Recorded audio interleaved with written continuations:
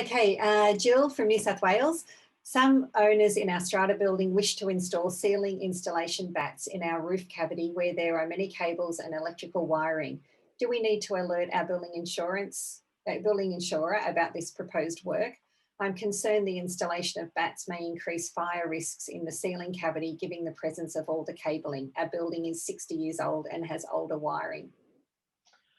So there's no specific requirement that you must notify the insurer every time you do something to the building, all right?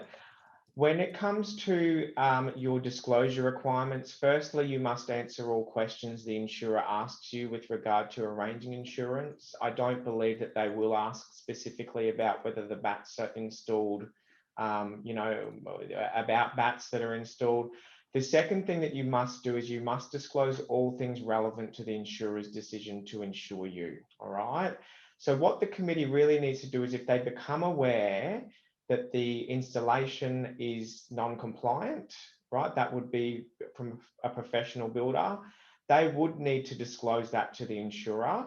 But if you're concerned but don't have anything to support that the installation wasn't compliant, then there may not necessarily be a need to disclose that to the insurer, because provided that the builders have put the bats in and they comply with the applicable building regulations and codes, then there would be no need to then disclose the additional bats in the ceiling to the insurer.